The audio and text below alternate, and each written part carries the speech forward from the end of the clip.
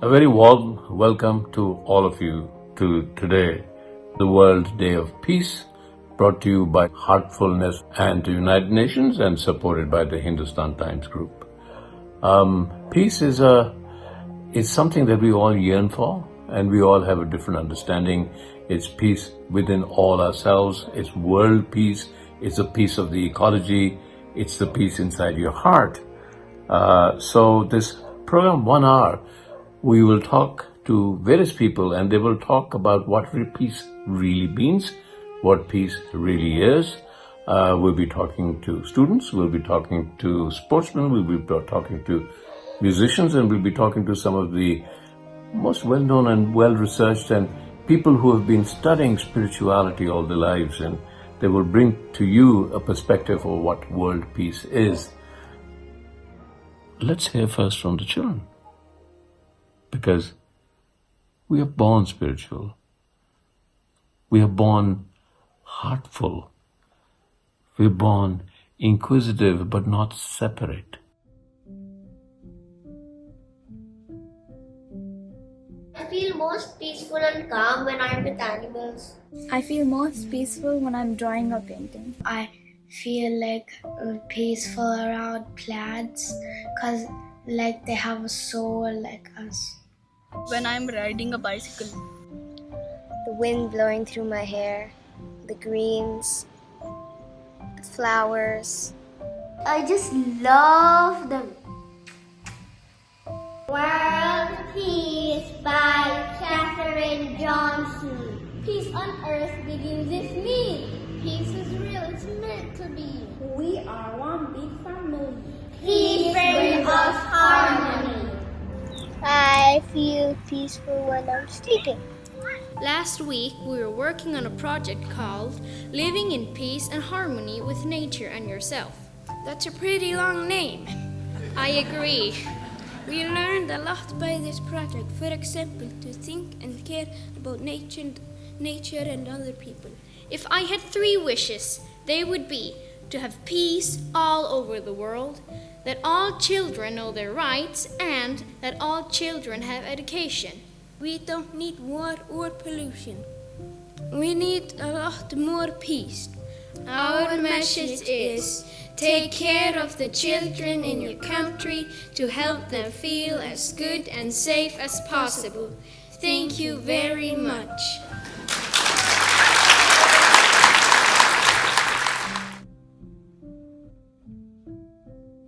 I spent the summer with teenagers and young adults talking and educating them about climate change. And their request was quite simple, that us adults listen more to their ideas, to their concerns and what they have to say on the matter. And we started thinking about, why do we know all these facts about what's going on, but we still continue to live our lives?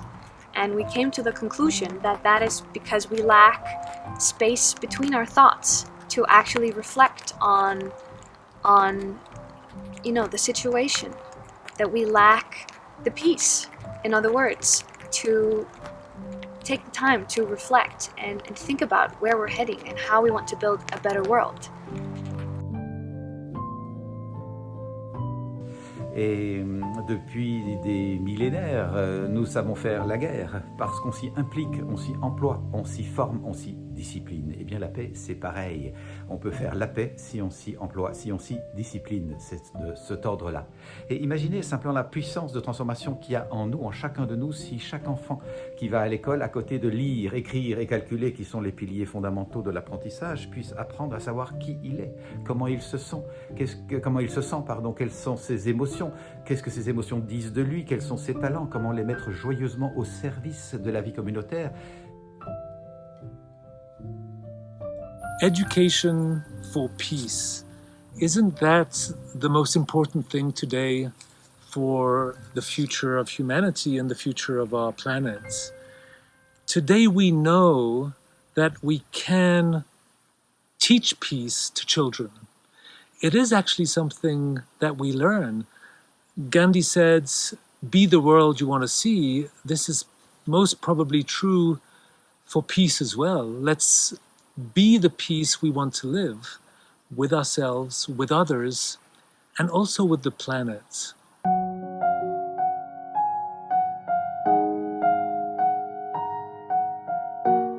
Music and nature has always been one and the same, and also I found a very deep connect with nature as a child. When my friends and relatives would run away from seemingly dangerous and creepy crawly animals like snakes and reptiles and rodents, I was always very drawn towards them, and I would look into their eyes. I would try to see personality in every single animal, and from a very young age it has always been it's never been their world and my world. I've always looked at it as being our world, and that's how I grew up. Because if you look at the word coexistence itself, coexistence is such a vague term and yet a vast term.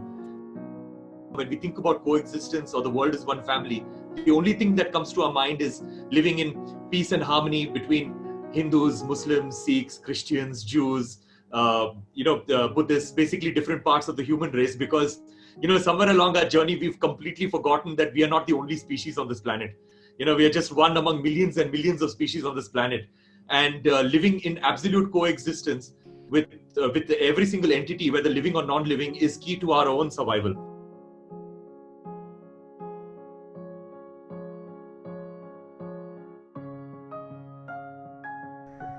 There is different kind of arts. If you're a painter, you work mostly alone. My wife is a painter, I know that, You work mostly alone and you don't collaborate so much. If you're an actor, you collaborate, but you don't talk together. You speak one after the other. One actor will say something, the other actor will say something.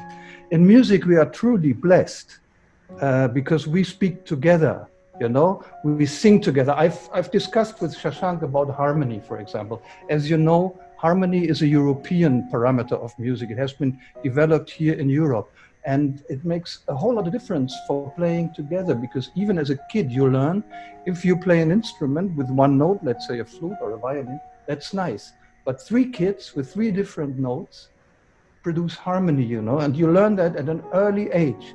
And then you learn, this is much more than the three notes each one plays alone. It's a new quality, it's harmony. And this is only possible by collaboration. And this is why, as a musician, you learn that very, very early on. Creativity in music arises very, very often from these moments when you collaborate. Imagine you're in a group of 4, 5, 10, 20, maybe 100 people who have this feeling together. This is something you don't forget, never, ever. And then not only the musicians will feel that, sometimes it happens that the audience feels it too. All of the audience feels it too. That can be hundreds and maybe thousands of people. And this is something, it's a very, very, very human thing. And this should happen every day, actually, for everybody, because this is like the basis of peace also, if we talk about peace. If all of us feel this, then we feel together, and we start to understand that every one of us has a heart and the liver and the leg and the nose, and probably the same feelings and all of this. And to understand this, to feel this empathy is for me the basis of peace. Often getting stuck to one genre does bring about a lot of limitations, even in the thought process. It is so important for people to collaborate at a finer level, and also have the openness to learn and appreciate what the other is trying to do. That's a very important aspect of collaboration, and that is what teaches you the most, because you don't want to be also in a thought process where you drag the other one towards your direction of collaboration. A collaboration often means how you learn about the idea behind the others, and they learning your idea behind what you are trying to present, and then amalgamating the two together, which can bring about a fantastic piece of music or whatever. So I think collaborations have been a major part of my life, and I've learned so much working with Mike. As he said, I think it will also improve the harmony between human beings, which ultimately results in peace.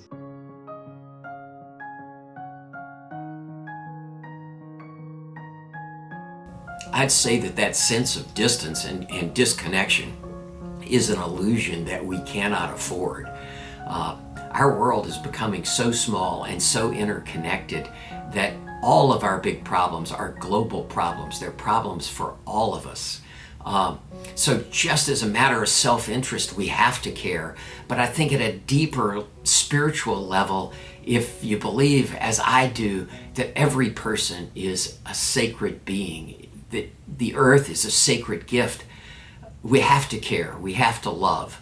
And the sense of distance is just illusory. And I'd say that can seem daunting if you confront all of these challenges, but I don't think it has to be. In fact, I think it can be joyful.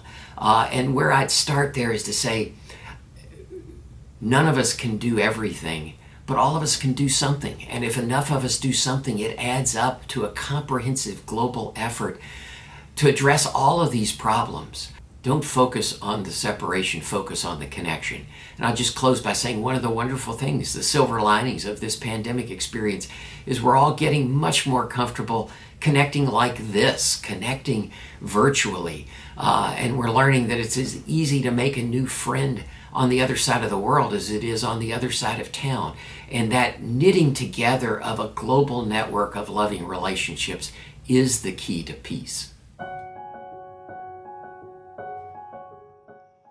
Peace means simply love, well-being, harmony. Harmony in my heart, harmony in my entire physical body and beyond it.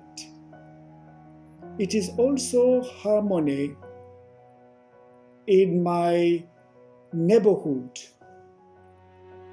in everything around me. It is therefore a state of being that cannot be affected by fear,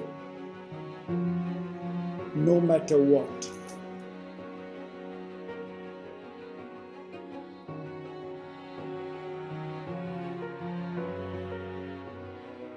May I ask one question to a footballer of your caliber? When there is so much of competition in the football world, how do you reconcile competition and peace in your heart?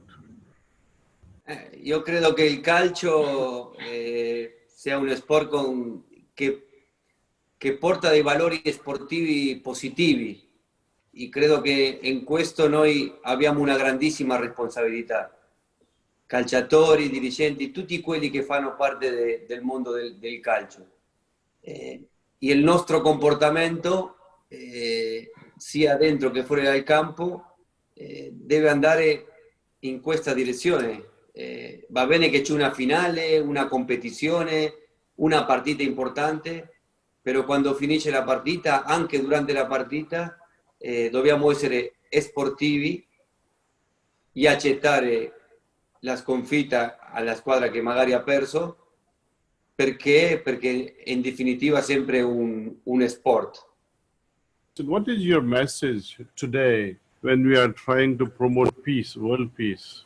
What would you say to youth today? Il mio messaggio soprattutto è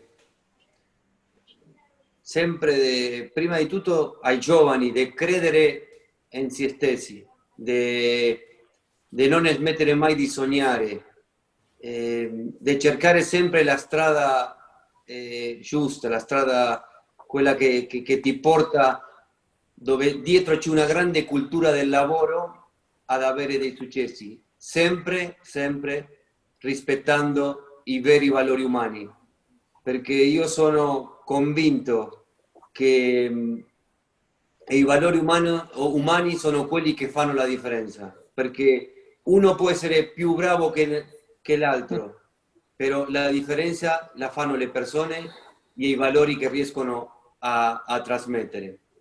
E soprattutto in questa bellissima iniziativa cercare ognuno di noi alla maniera che uno lo sente, trasmettere questo, serenità, armonia, in un mondo che sappiamo che è difficile, che è complicato, dove ci sono tanti conflitti, soprattutto conflitti di interessi, però sempre dobbiamo tornare alle radici, alla base, che sono quelle che ha l'essere umano, che quando le tira fuori fanno veramente la differenza. Thank you. Thank you. A honor, a pleasure for me to be part of the very, very important initiative in the world. Thanks for the invitation. Thank you.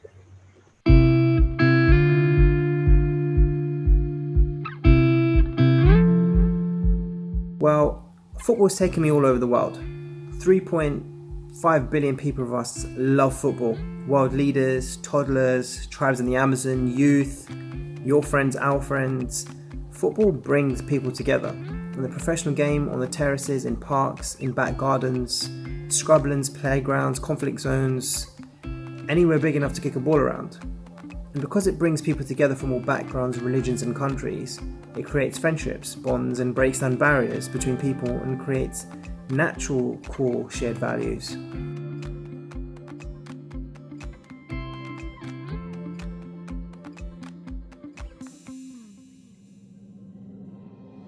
Allora, io il valore della pace lo vivo in due modi. Diciamo che ho due aspetti di me, un aspetto agonistico che tante volte mi mette in competizioni, in sfida con gli altri e di conseguenza c'è questa rivalità, ma allo stesso tempo mi piace andare d'accordo con tutti, mi piace anche con gli avversari chiacchierare, ridere, anche avere momenti di condivisione, quindi la vivo un po' in questo modo la gara, la vivo sia con la voglia di battere gli altri ma anche con la voglia di andarci d'accordo, quindi la pace con loro la vivo in questo modo, la vivo come una sorta di rivalità ma allo stesso tempo di condivisione, di storie, di esperienza di vita diversa, perché comunque gli avversari vengono da altri luoghi e hanno altre cose, nuove cose da raccontarti.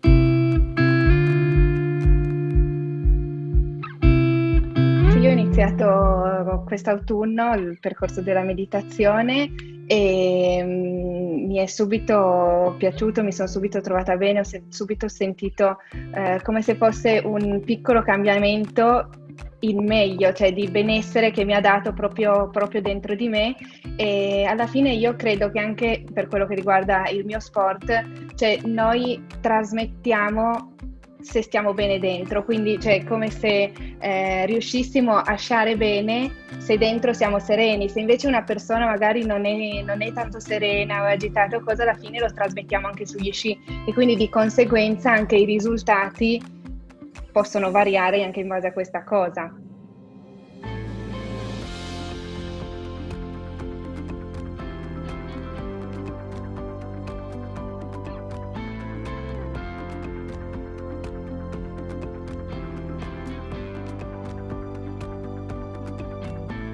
About 50 years ago, the Beatles came back from India and brought back Maharaj Yogi's message about meditation. He proclaimed that if 10% of our population could meditate, we would find peace in this world. He taught TM, Transcendental Meditation Theory, but the idea of meditation came to me at a young age, and I pursued it. And over the years, I've used it in a variety of forms for my own personal ability to find peace, and also to find some kind of relief or unity from the tensions that build in the programs that I was running while a basketball coach with the Chicago Bulls and the Los Angeles Lakers. We talked about one mind, one breath. The idea of being here now, not mind being busy, bothered, politically active, seeking for one dimension that we may think is right, but just being peace. Being peace like Thich Nhat Hanh talks about. So today we're trying to bring that message as a group. I encourage you to just sit, breathe, and be peace. Blessings.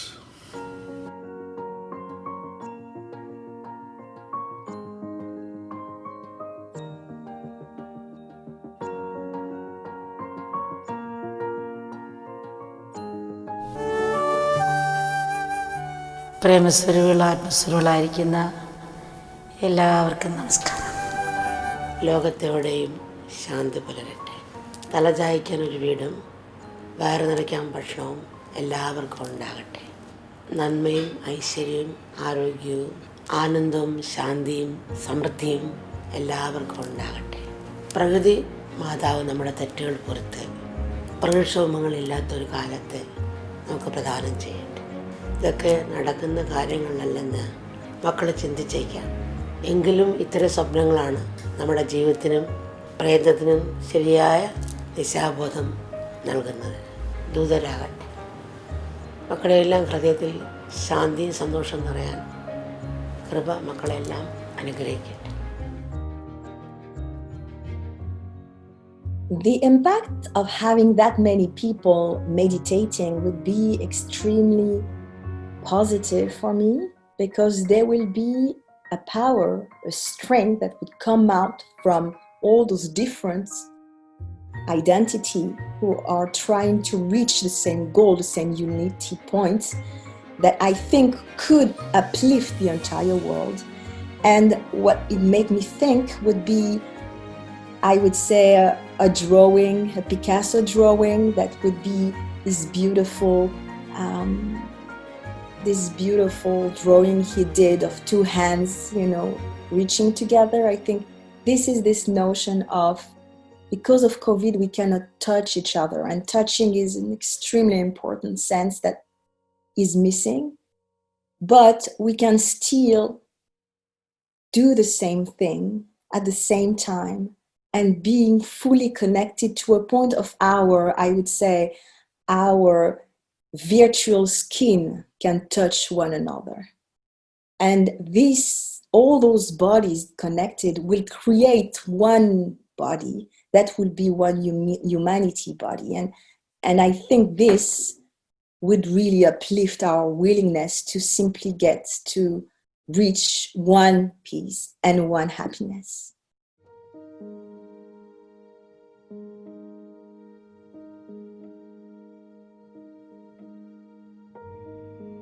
I have a car accident, and during this car accident I have a near-death experience, which means I went out of my body and I have a glimpse of death. And death for me was a big liberation, to be free from the body and free from the mind. And I went to the source, I went to the light, and I feel so released, so at peace, because I was in divine consciousness, kind of. And so I was so happy there. I didn't want to go back, but the inner guidance said, welcome, but we just want to tell you, you didn't finish your mission on earth. And I was sent back, and I was sent back transformed, transcend, metamorphose kind of. And this is where my quest for what is my purpose in life, what is my mission in life, started at the age of 18. And so I finished my master degrees, and I did start an internship in Uzbekistan with UNICEF, working on the well-being of kids, and also in Tajikistan, working on Afghan refugees. At this time, it was in 2020 years ago already, the Taliban came to the north of Afghanistan and pushing the population actually to flee to Tajikistan. And when I met these Afghan refugees, so noble, so hospitable, so at peace despite the conflict, despite the violence, they were just radiating peace. I said, who are these people? They have nothing and they give you everything, because they fled with the kids and the cattle and some wheat in the pocket. And with the mud, they did a tandoor oven. And with the wheat, they made a beautiful naan, like bread. And just to thank us to come and bring blanket, food, tent, vaccination for the kids, they gave all the bread. And I said, well, I cannot eat your bread. You have nothing. And so this is Afghan hospitality. You should take the bread. Hey, I'm Nadia Nadim. I'm a professional football player, play for the Danish national team and Paris Saint-Germain in France. Of course, I didn't have the easy start in life. Born in a country, war-torn country. I saw my dad being killed, in a really young age, and we had to escape for our lives. To survive, to have a life, we had to leave the country. We were searching for the peace that we didn't receive in the country I was born. So for me, inner peace has been like a huge, important thing in my life, because things I've experienced as a young child is not something that you wish for anyone. And if I didn't cope with it, and if I didn't find, the peace and kind of accept it, I wouldn't be where I am today. Everything, all the anger and happiness I had, I tried to kind of channel in football, school, wherever, because as a human being, you cannot have it in you, and because that's going to destroy you. So I had to stop, and that's the decision I made for myself, that I need to find the peace. I did. Performance and inner peace goes hand in hand. You cannot be at your best and perform at the highest level if your brain and your emotions are everywhere. Everything you see around the world, why do we have so much suffering? Everything that's happening, the Black Lives Matter, all of this is not, it's not peace. But I think the key for me is education. You are part of the change, and it doesn't take that much. It's just by smiling, saying hello, being kind would go a really long way.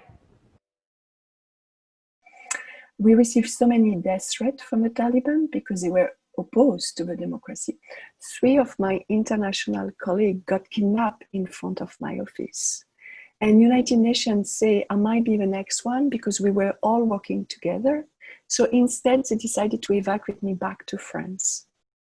I asked this crucial question: who I am to work for peace in the world if I'm not at peace with myself first? If I'm completely burnt out, if I'm completely depressed, anxious, I should better stay at home. I'm not going to serve the population I came to serve. It's Dalai Lama say, you cannot bring outer peace if you don't bring peace within yourself first. And when he said this sentence, it resonates so much within myself. And I say, this is what I was looking for. And so I decided to take my backpack and to go all around India to spend time with all the spiritual masters who teach inner peace and non-violence, which was a life-changing experience, because I realized peace, it's here and now, and your monkey mind is always bringing you in the past, in the future, but real peace is when you are fully here and now. the UN called me back to come to Afghanistan again to work on the peace process. And I say, oh, really? Do I want to do that to myself? I'm so at peace now. And I call my Afghan colleague and say, yes, you initiate the peace process, democratization with your colleague. You should better come back now because the situation is worse. And so I came back. But you know, it completely changed. UN came to pick me up at the airport in an armed vehicle with a helmet, with a bulletproof jacket, and they put me like a bunker guest house. And I say, this is not the Afghanistan I used to love. What happened to this country?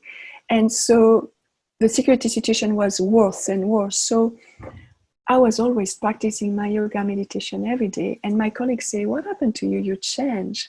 I say, because now I have my spiritual practice. So they did ask me to start teaching, which I started. And all my Afghan colleagues wanted to come, so I invited at home.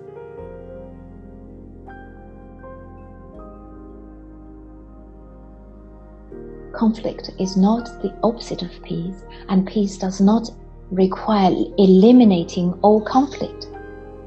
Often, it is the presence of conflict that can invite us to encounter, to dialogue, to engage our humanness, and to recognize each other as human beings, as a part of a we. With this mutual recognition,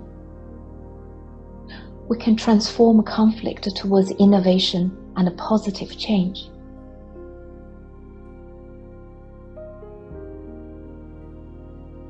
Where do we identify peace or peacelessness? It really is with our thoughts. And we all know when our thoughts move in a certain direction towards things that are difficult for us, we don't feel peace at that time.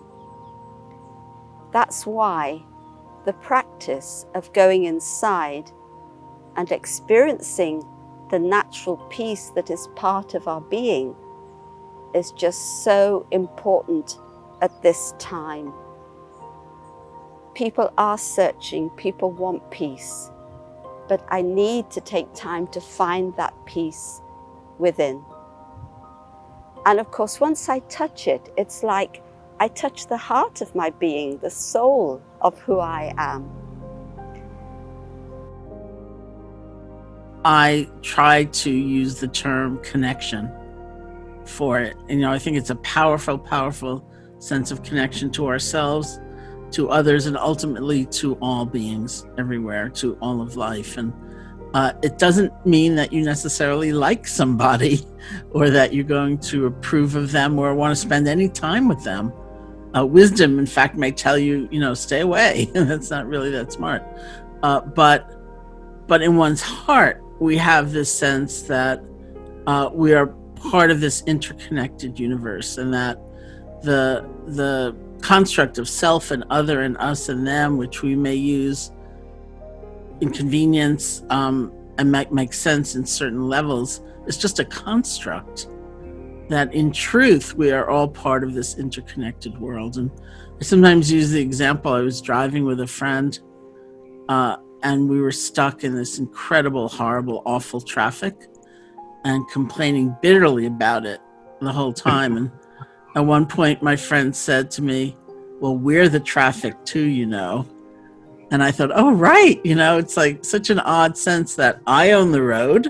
It's mine. You are an interloper in my way, slowing me down. But what if that sense of centrality and marginalization falls? And it's just us. Here we are. We're all the traffic. And that's very much, first of all, it's the truth of things, and that's why it's powerful, because we are part of this interconnected universe. Somebody sent me a quotation of myself from, 10 years ago or something, which is always an odd thing to see.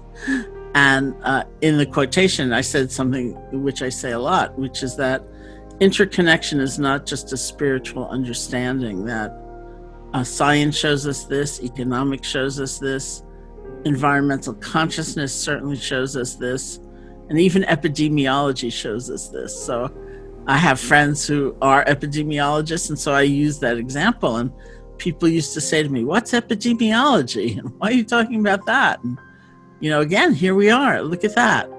what happens over there doesn't nicely stay over there. It infiltrates our life, and what we do, it matters. Where we put our energy, what we care about, what we're devoted to, because it too will infiltrate out along these lines of connection. So loving kindness, or metta, is the heart's response to that knowing, that deep knowing that our lives are intertwined.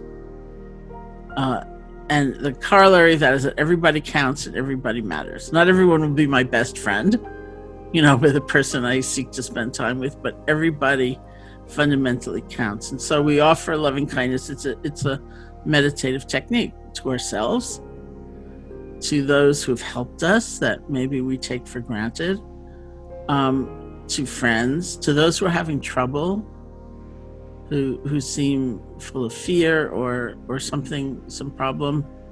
We offer loving kindness to those we hardly know, somebody who plays some role in our life we're normally indifferent to. We offer loving kindness to those we have difficulty with, not in the sense of may you triumph, but recognizing that our lives are intertwined. And we offer loving kindness to all beings everywhere.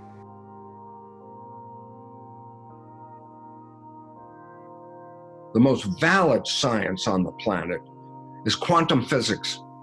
There is no science that has been tested more, verified more. It is the most truthful. If you're going to question a science, don't question quantum physics first, okay? I say, so why? And now this is the emphasis of why I say this. The first principle of quantum physics, consciousness is creating your life experience. And now all of a sudden I'm saying, guess what? Biology, epigenetics, quantum physics, both say the same thing. Biology and physics come together at this point. People think their thoughts are in their head. And I go, how do you know? Well, I put wires on your head. It's called electroencephalograph. I'm reading what's going on in your head. And then I go, and there's a new device that reads brain function. It's called magnetoencephalograph. And I say, why is that relevant? Because the probe is not in your head. The probe is out here. And I go, stop. What the hell does that mean? Just stop. I go, my thoughts are not contained in my head. My thoughts are broadcast into the field. So I am creating a field of consciousness around my head, okay? And then, now here's a quote that I always love. This is an Albert Einstein quote. The field is the sole governing agency of the particle. I say, what does that mean? The field is the invisible energy around us. The particle is the expression of energy as matter, okay? It's not real matter, it's an energy, okay? Because everything is energy, quantum physics, okay? But what does it say? The field, the invisible energy, is the sole governing agency of that particle. So I say, that. What does it mean? I say, your thoughts are a field, and it's shaping this particle called the body. That's quantum physics. So one day I was walking down the beach. There was a little wind blowing, and suddenly, as the wave came in, a drop of water flew off the wave and came and settled on my finger. And I had a conversation with the drop of water that came on my finger, and I said, hello, ocean. And the drop said, what do you mean, ocean? I said, you just came on my finger. You're the ocean. And the drop said, no, I'm not the ocean. I'm a drop. I have individuality. And I said, what do you mean you have individuality? What's your individuality? He said, look, I was just born. I was born in Sheikh Kapoor's finger. I was born off Juhu Beach. I was part of a wave that was about to hit the beach. I was born in the sea that is around Juhu Beach, which everybody says is very polluted. This particular time I was born, and I said, but you're just a drop. And the drop got really upset with me. I said, what do you mean I'm just a drop? I'm an individual. And suddenly the wind whipped up again, and I flicked my finger, and the drop fell back into the ocean. And I said, hey, drop, how are you? Where are you? And the ocean roared at me and said, what drop? I am the ocean. And that's a constant conflict. Are we the ocean or are we the drop?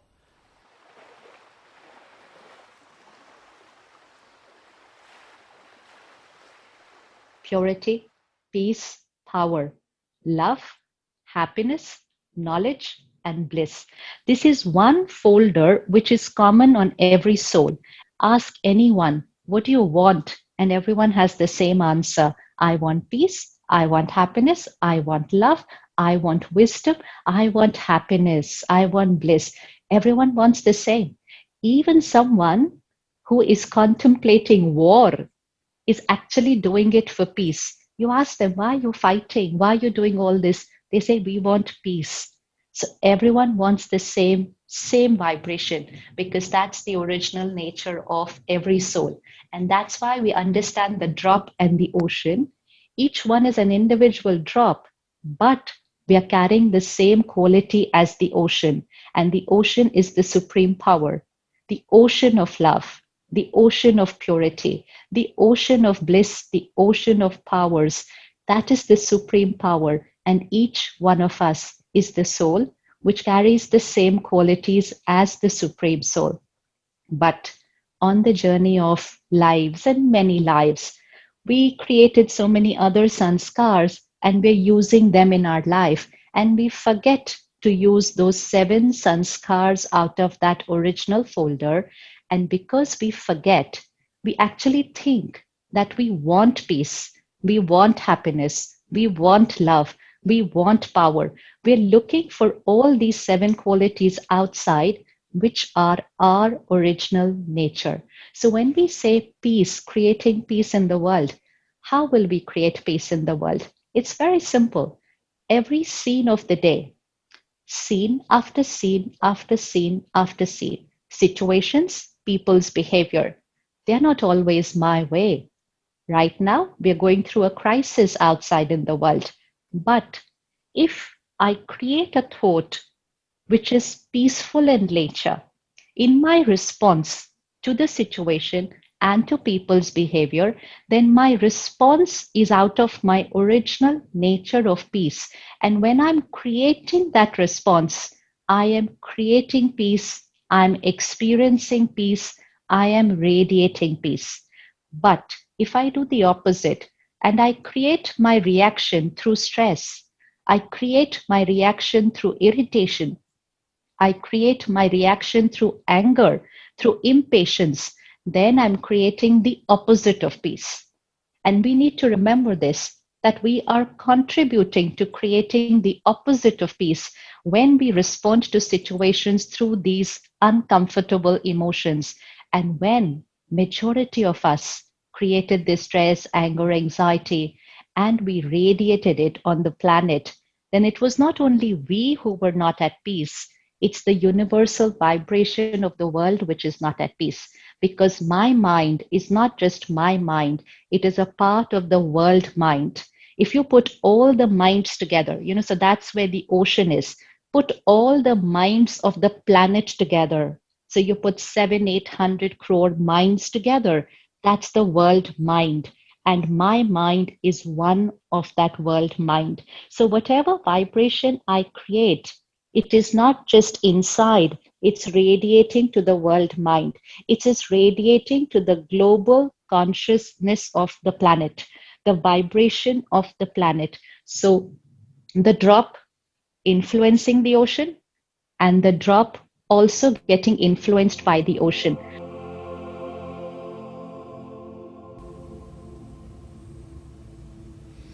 Yes, the message I'd like to share, and it comes from my own lived experience over many years now, is that the most joyous and deeply satisfying thing any of us can do is to commit our lives to this cause of love and peace building, of building a world in which everybody can flourish.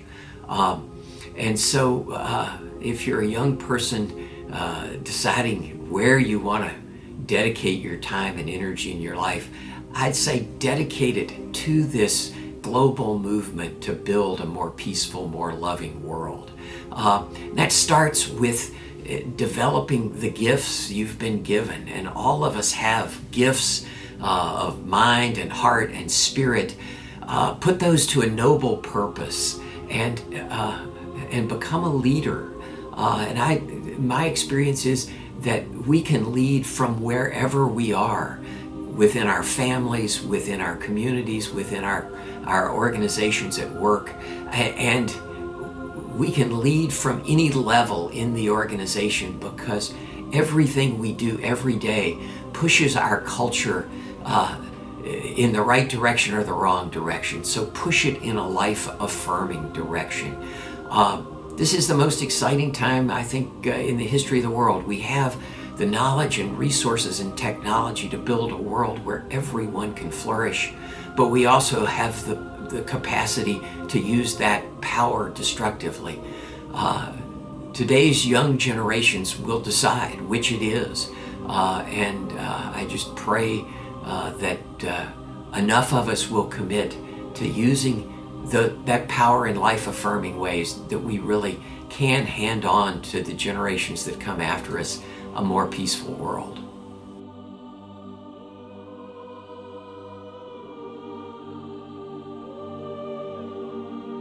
There's a belief that for many people on this planet, that when you die, you can go to a place called heaven.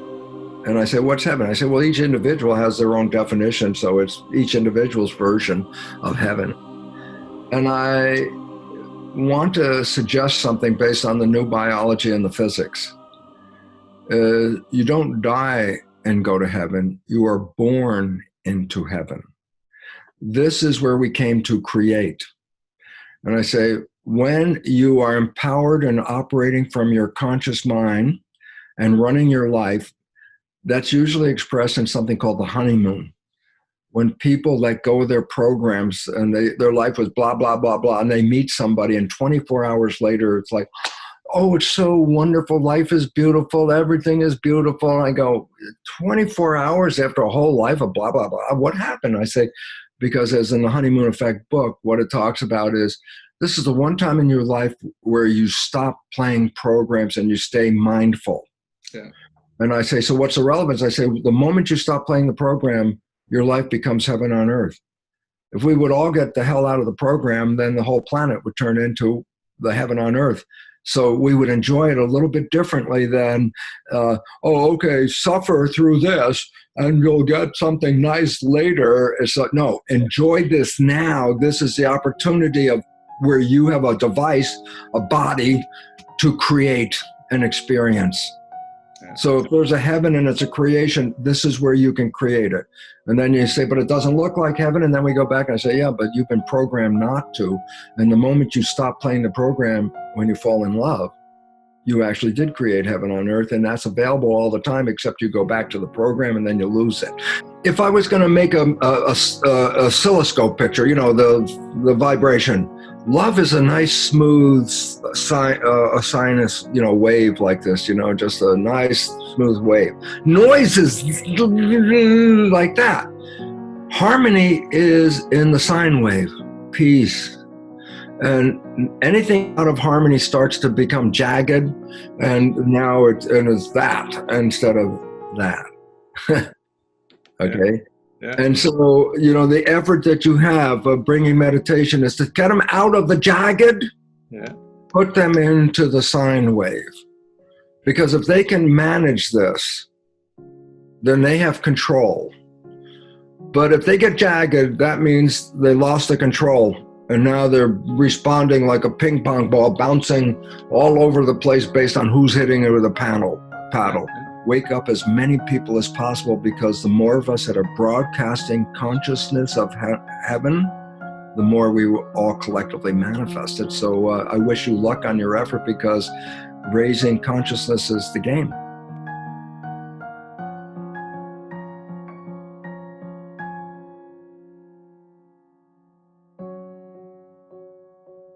Raji, it's a great honor to be with you and celebrate World Peace Day. And I was thinking, as I was getting online to speak with you, of the basic yamas and niyamas that are the basis of all all of our yogic tradition. And if you look at the niyamas in order, it all starts first with ahimsa. Ahimsa is the first yama, which means to be established in non-violence. And the great sage Patanjali says, when we are firmly established in peace consciousness ourselves, then all beings around us cease to feel hostility. So you have actually to do nothing but be peaceful yourself and bring the presence of peace wherever you go. And if you do that, then people around you will feel peaceful, not by what you say, not by what you do even, but just by your presence. And that is the great gift of Patanjali when he says, the first lesson of yoga, he says, you start with ahimsa, and then you start with satya. Satya is truth. And when you have satya added to ahimsa, you automatically have asteya. Asteya means you don't covet anything because you're totally fulfilled within yourself. You're totally fulfilled within yourself.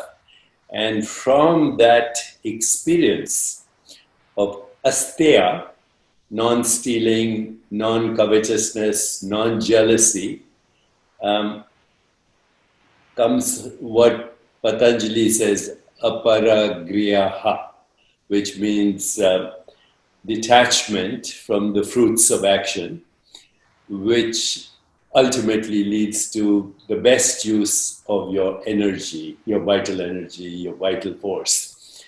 And so on World Peace Day, I think it is very appropriate for us to celebrate the great yogi traditions of India, who also talk about the niyamas, cleanliness, sauchna, fulfillment that comes from self-study or swadhyaya, swabodhya, or the effulgence that comes from the radiation of peace, and ultimately results in what we call oneness with our source.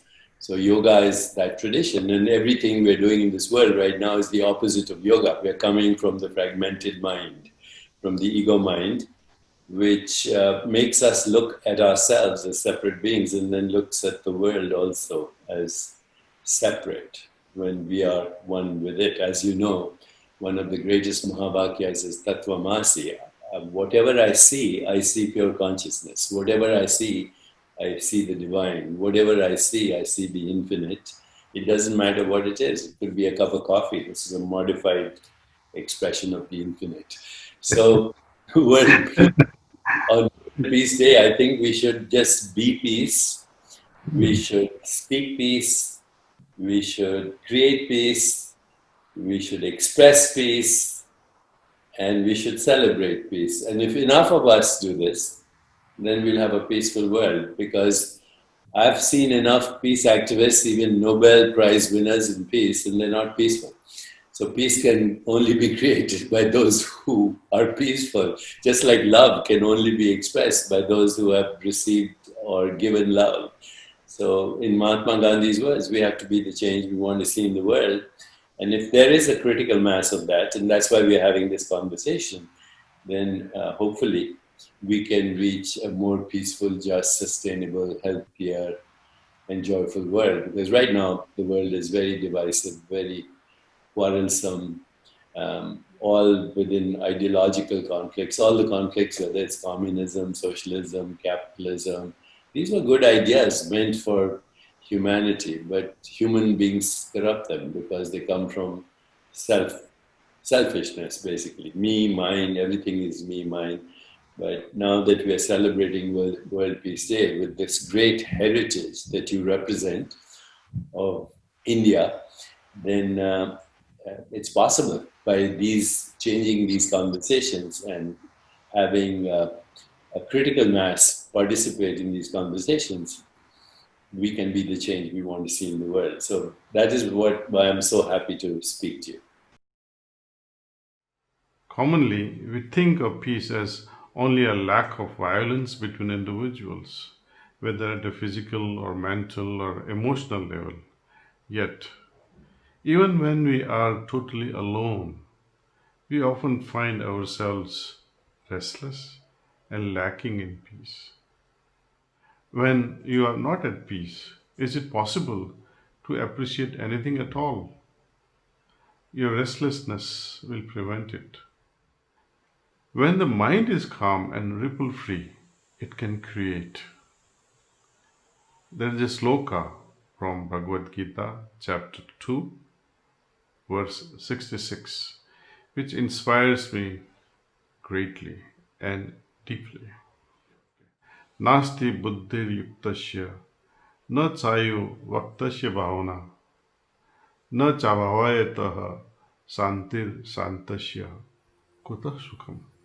It means there is no wisdom without harmony, and without harmony there is no contemplation, or vice versa.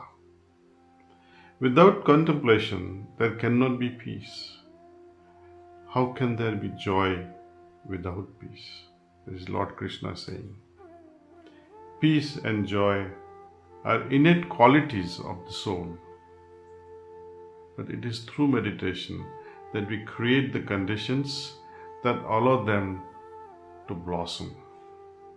With the support of yogic transmission, the specialty of this path, the heartfulness way of meditation, it takes us on an inner journey in which we make a contact with the soul and pleasantly have our first real experience of peace. Try it. It is so beautiful that often we want to stay immersed in that peaceful state and never come out of it. But world has to go on, so we come out. However, there is something even grander than remaining immersed in deep peace. By making that peace dynamic, we got to make peace dynamic and expressing it in action. We find that it can radiate and touch all those with whom we interact, thereby benefiting them as well. There is quantum entanglement. Those who are associated with us at mental, intellectual, emotional, spiritual level, they get entangled because of this.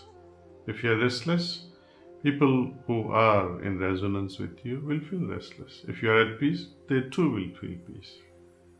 There is nothing mysterious about this aspect to understand. You have witnessed on many occasions how just one smile can lighten up everyone's mood. And you have witnessed its opposite as well. We must nurture good things and make them viral. Another facet of spiritual path is that peace is not the final aim of spirituality. When restlessness is absent or non-peace is absent, you feel, since it is absent, now I'm at peace. When this restlessness starts to subside, we experience a great inner freedom and call it peace. In other words, our experience of peace is based on the comparison to the embedded memory of its opposite, the restlessness. But what happens when our restlessness dissolves completely? When it no longer exists, even in our memory? We now experience neither peace nor restlessness, but arrive at a state of equilibrium. Instead of feeling peace, we become peace itself. Remember, instead of feeling peace, we become peace itself. That is my invitation to you on this International Day of Peace. with the participation of every willing heart, universal peace will surely not remain afar off.